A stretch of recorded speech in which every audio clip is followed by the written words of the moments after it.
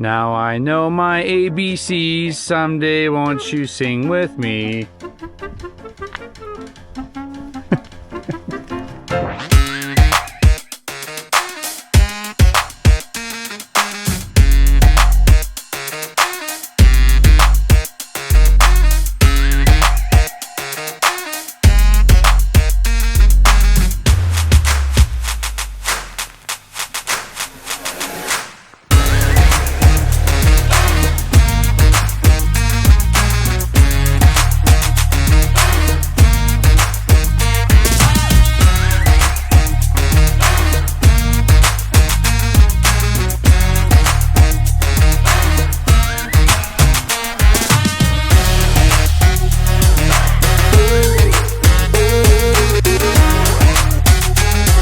Today, ladies and gents, I'm back in Kootenay National Park, and today we're actually finishing off Kootenay National Park Campground series. We did a bunch of them last year, the McLeod Meadows and the Marble Canyon Campground, which were our front country campgrounds, and we were missing one, and we just didn't have enough time to come all the way to Radium Hot Springs. And that's where I'm standing today, is right in front of a gorgeous lookout. You can't quite see the town from here. I'm in behind the campground towards the Sinclair Canyon. So today we're gonna go give you guys a quick tour of the entire place.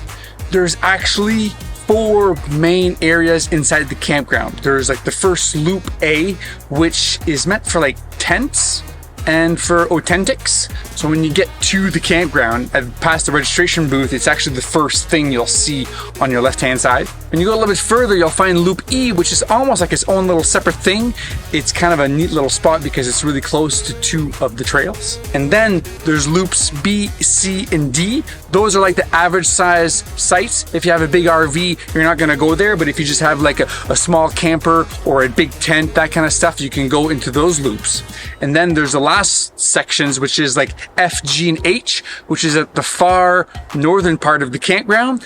Those are for RVs. So it has a little bit of everything. It reminds me a little bit of the Kicking Horse Campground, how there's a lot of different campsites for a lot of different types of campers. So it's kind of evenly spread out. Something else that we noticed as well is that a lot of these sites have power. So some of these sites have water and sewer. All of the loops have their own washrooms. Some of them have multiples because the loops are kind of close together. They'll have flush toilets and there's like hot and cold water inside there. So it's really, really well laid out.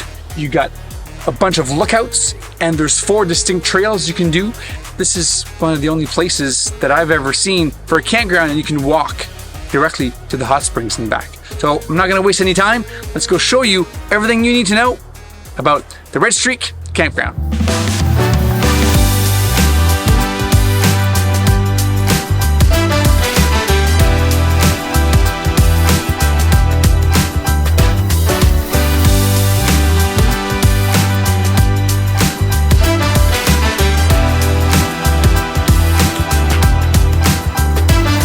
Well, that down there is called the Sinclair Canyon. And I understand now why they put this fence, and they even put some concrete barriers here to kind of protect you. Highway 93, it comes into Radium, passes right below here. There's even a spot you can stop on the side of the road and check out the falls down below. This is definitely a spot you want to come and check out because it's really close to the hot springs, and there's the canyon and the falls, and there's multiple lookouts. So now it's time to get off this cliff and go show you more cool things you can see if you come and explore Radium Hot Springs.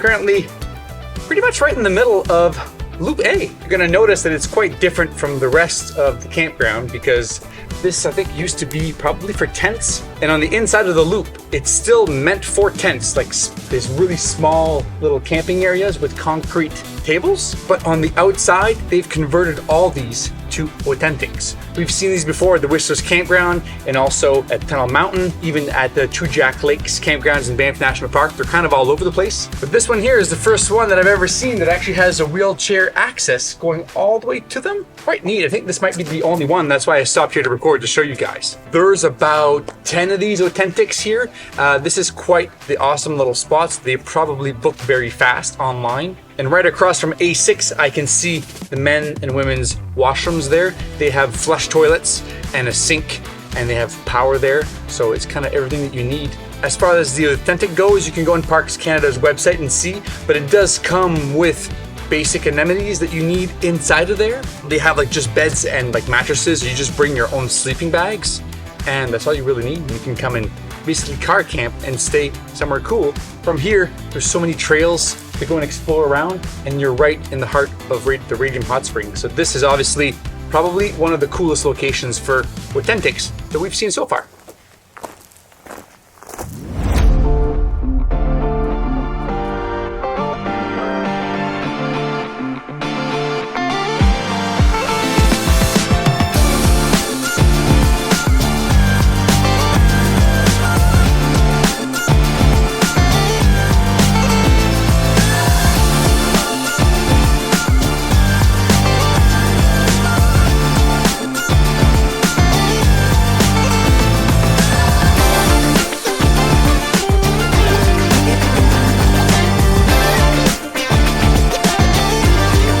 I'm currently kind of in the middle of Loop E, and Loop E is a lot like Loop A in a way because it's kind of separate from the rest, and this one has no oTENTiks or nothing like that, but it does have kind of a mix of both.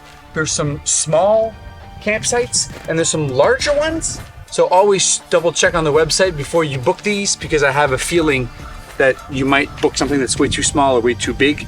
Usually Parks Canada is really good at writing down the dimensions of all these sites, but these ones have, like all the other ones, these concrete tables that you can't move, and they have awesome little fire pits. And these ones here, I can see right over there, there's actually power at these sites here. But this whole little center loop, it's all kind of self-sustained. There's the washrooms right in the middle, and I see a propane tank there, so there's gonna be running water there, and you'll have some hot water. You're kind of in a neat position here too, because there's trails kind of all over the place. There's a little trailhead just down the road here. You only walk a few hundred meters, and it's a trail that the name got renamed by the native population here just a few years ago. It's called the Lead Wheel Olu, and they named it because there was a bunch of plants that grew in the area that had some medical benefits. Just at the other end of the Loop E here, there's the Redstreak Loop that kind of goes up against the mountain and comes back down. And it's a cool little trail you guys can check out when you come stay at the Redstreak Campground. So it all depends on the type of vehicle that you're going to use to camp. This will decide if you want to choose Loop E instead of some of the other loops here. So let's keep looking around and show you guys what the rest of the campground looks like.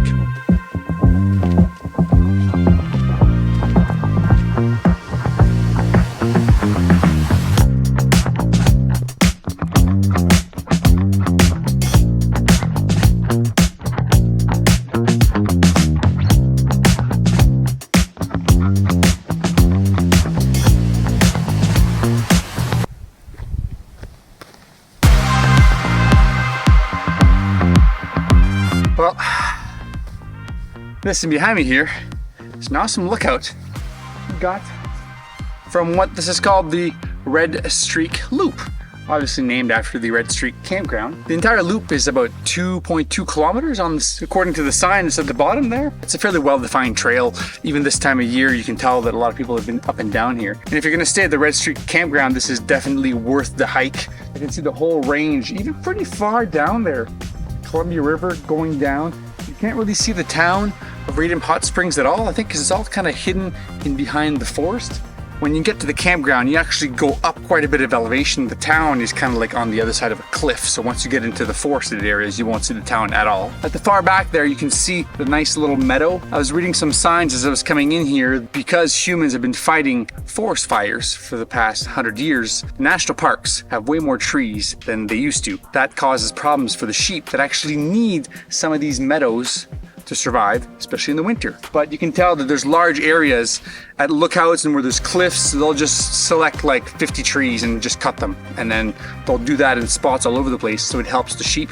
As soon as you get into the town of Radium Hot Springs, the sheep, they just kind of go wherever. We went and grabbed the coffee, and literally right across the street, there was like probably 20 sheep just hanging out right on the side of the road. So if you do this to these areas, it promotes the sheep to come here instead of hanging out in town. So let's get off of this lookout and show you guys what the rest of the campground looks like.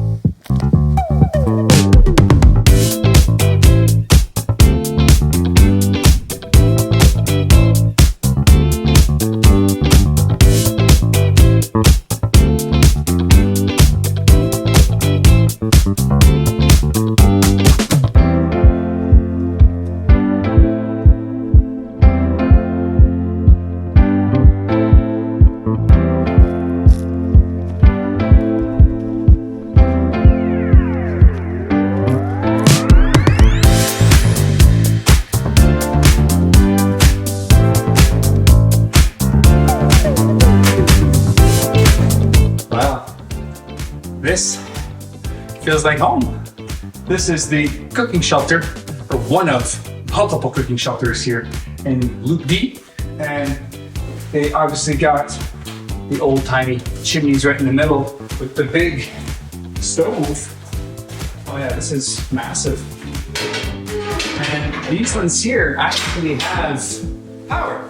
And there's 2 sets of lights. The last time I've seen actually cooking shelters with lights was actually at Johnson Canyon in Banff National Park. If you get here late and you don't have all your stuff set up, this is kind of the perfect little spot to come and just make your food.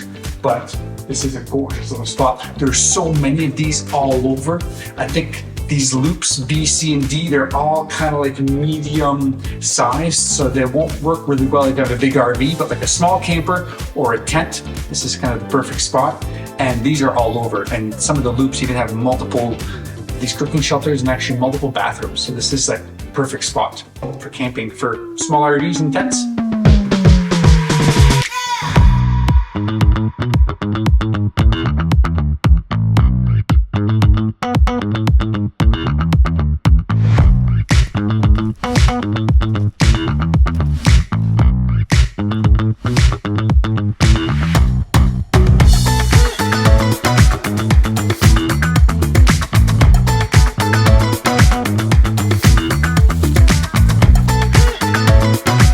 Looks like this is the end of the road for the campground, and there's F, G, and H, and they're basically all for RVs. Most of them are, all of them are just pull through, or you kind of park in and park out. So if you have an RV, it's super easy to get in and out of here.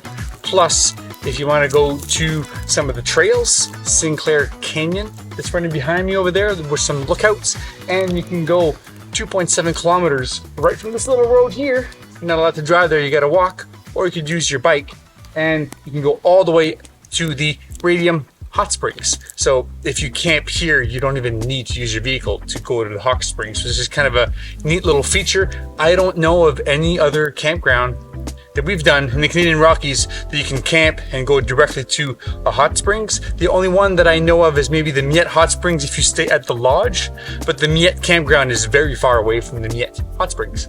Well, I hope that this video helps you guys decide where you're going to stay when you come visit Kootenay National Park. And this here is at the far end of the Redstreak Campground here in Kootenay National Park. And I'm Eric Trombley. These are my adventures. Peace out, everyone.